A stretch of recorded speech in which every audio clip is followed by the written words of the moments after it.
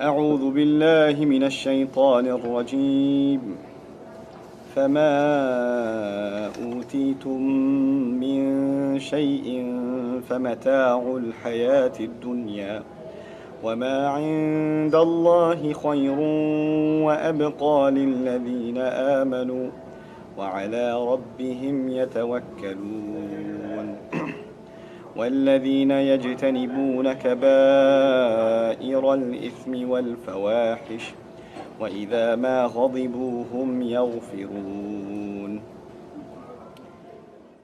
আসসালামু আলাইকুম। কোরআন উইকলি আরও একটা ছোট্ট দৃষ্টি আকর্ষণী। গতবার 4-5 মিনিট বলেও আমি 7 মিনিট সময় নিয়েছিলাম। এবার কি করব জানি না, আমি সংক্ষিপ্ত করতে সর্বোচ্চ চেষ্টা করব। বিসমিল্লাহ। আজকে আমি আপনাদেরকে মেজাজ ও রাগ নিয়ন্ত্রণ সম্পর্কে বলতে চাই, কিন্তু আমি নিজের কোনো মন গড়া বক্তব্য দিতে চাই না, বরং আল্লাহ কিভাবে এই বিষয়টি তুলে ধরেছেন এবং ব্যাপারগুলোকে সংশ্লিষ্ট করেছেন সেটাই উপস্থাপন করব, যেন আপনারা একেবারেই ভিন্ন এবং নৈর্বৃত্তিক আঙ্গিকে ব্যাপারটা চিন্তা করতে পারেন। প্রথমত আল্লাহ বলছেন, ফামা উতিতুম মিন শাইইন ফামাতাউল হায়াতিদ দুনিয়া। তোমাদের এই দুনিয়াতে যা কিছু দেওয়া হয়েছে সব কিছুই পার্থিব জীবনের ব্যবহার্য সামগ্রী। অন্য কথায় এগুলো তাৎপর্যহীন। আখিরাতের জীবনে যা আসছে তার কাছে এগুলো কিছুই না, এবং আমরা এগুলো নিয়েই পড়ে আছি। আমরা মনে করি যখন আমরা কিছু পাই বা হারিয়ে ফেলি অথবা খারাপ কিছু ঘটে, এটাই বুঝি দুনিয়ার সব কিছু। এখানেই দুনিয়ার শেষ নয়। আপনাকে যা কিছু দেয়া হয়েছে তা হচ্ছে ব্যবহার্য সামগ্রী, মাতা। মাতা অর্থ এমন কিছু যা আপনি ব্যবহার করেন কিন্তু উপভোগের প্রয়োজন নেই। প্রাচীন আরবরা মাতা নামে এক ধরনের ব্রাশ বাসন মাজতে ব্যবহার করত, এমন জিনিস যা ব্যবহার্য কিন্তু উপভোগ্য না। ঝাড়ু, বেলচা, কাঁটা চামচ, এগুলোই আরবিতে মাতা। আল্লাহ বলছেন সমস্ত পৃথিবী এর সব কিছুই মাতা। আপনাদের যা কিছু দেয়া হয়েছে সবই, মোট কথা আপনার জন্য এমন কিছু যা এখন শুধুই বৃহৎ উদ্দেশ্যে ব্যবহার করছেন। উপভোগ করার বস্তু হচ্ছে আখিরাতের জীবনে। আল্লাহ বলেন, ওয়ামা ইনদাল্লাহি খৈরুন। আল্লাহর কাছে যা আছে তা আরও উত্তম। আপনারা হয়তো অবাক হচ্ছেন, আমি এখন রাগ নিয়ে কিছুই বলছি না কেন, এগুলো কেন বলছি। আসলে এগুলো সবই আল্লাহর ভাষ্য অনুযায়ী সম্পর্কিত। আপনাদের ব্যবহার্য সামগ্রী হিসাবে যা কিছু দেয়া হয়েছে তা এখানে এই ক্ষুদ্র দুনিয়ায় ব্যবহারের জন্য। এই ক্ষুদ্র আবদ্ধ জীবনে এই সামগ্রীগুলো এখনই ব্যবহারের জন্য। আর আল্লাহ তার নিজের কাছে যেগুলো রেখে দিয়েছেন সেগুলি উত্তম। প্রথমত সেগুলো উত্তম, এবং দ্বিতীয়ত সেগুলো চিরস্থায়ী। সুতরাং পৃথিবীতে আপনি যা পেয়েছেন আল্লাহর নিকট তার চেয়ে উত্তম সামগ্রী রয়েছে। আপনার যদি একটি বাড়ি থাকে, আল্লাহর কাছে উত্তম বাড়ি আছে। আপনার এখানে পোশাক আছে, আল্লাহর কাছে এর চেয়ে উৎকৃষ্ট পোশাক আছে। আপনার বাহন আছে, আল্লাহর কাছে আপনার জন্য আরও চমৎকার বাহন আছে।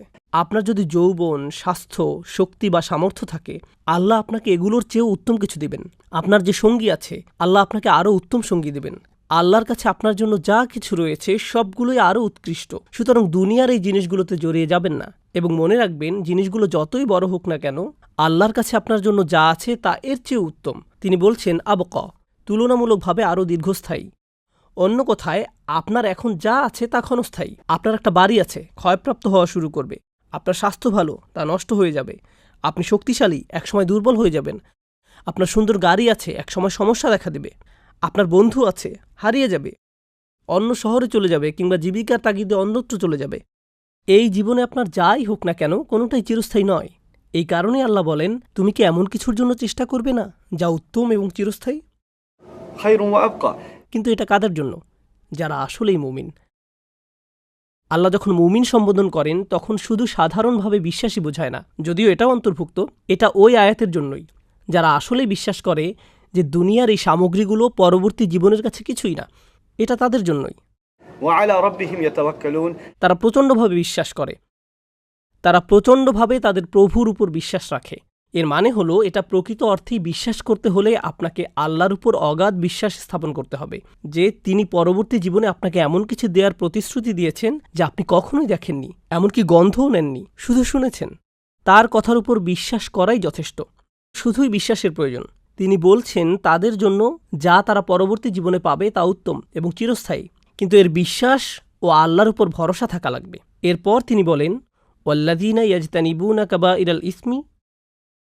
এরা হলো সেই লোকেরা যারা আখিরাতকে দুনিয়ার উপর প্রাধান্য দেয়, যারা বোঝে এগুলো শুধুই ব্যবহার্য সামগ্রী।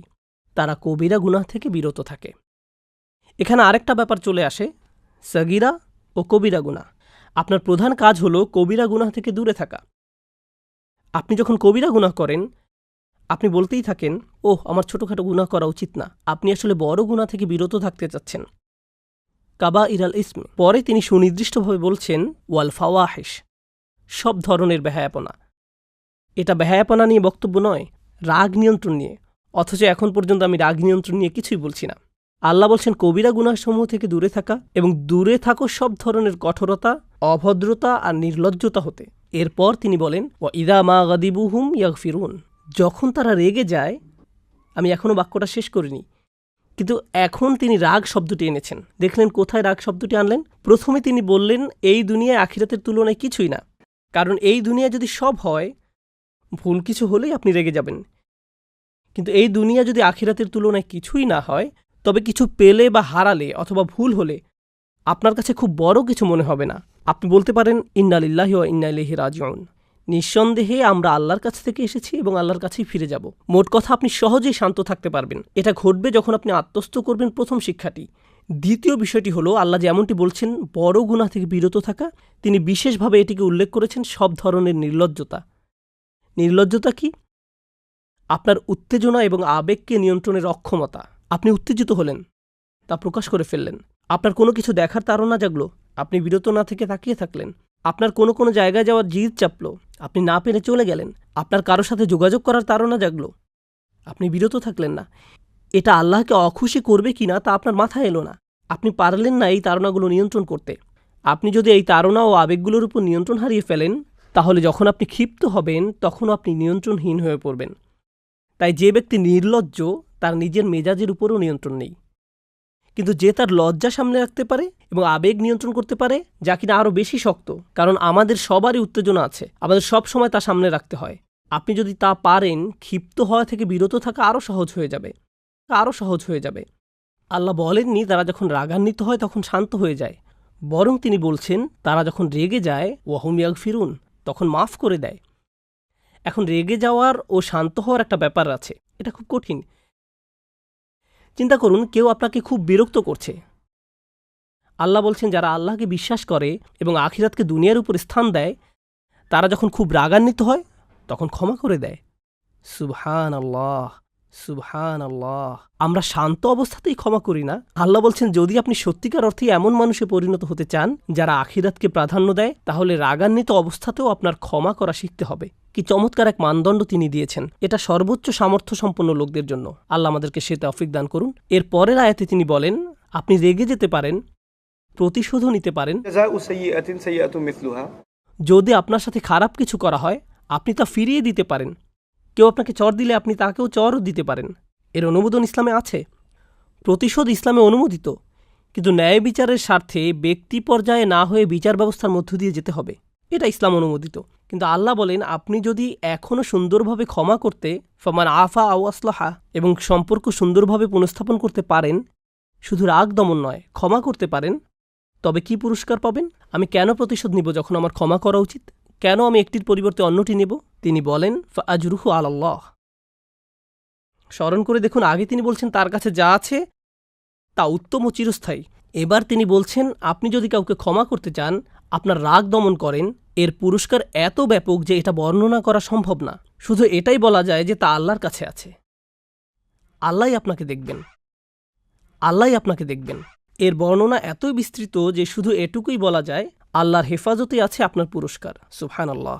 আল্লাহ আমাদের সবাইকে রাগ নিয়ন্ত্রণ সহজ করে দিন, শান্ত থাকার তৌফিক দান করুন এবং বিশেষভাবে ক্ষমা করার যোগ্যতা দিন, নির্দিষ্টভাবে যখন পরিবারের সদস্যদের ভিতরে এটা ঘটে, কারণ আমরা পরিবারের ব্যাপারে খুবই অসহিষ্ণু। বারাকাল্লাহু লি ওয়া লাকুম ফিল কুরআনিল হাকিম ওয়া নাফা'নি ওয়া ইয়্যাকুম বিল আয়াতি ওয়াজ যিকরিল হাকিম।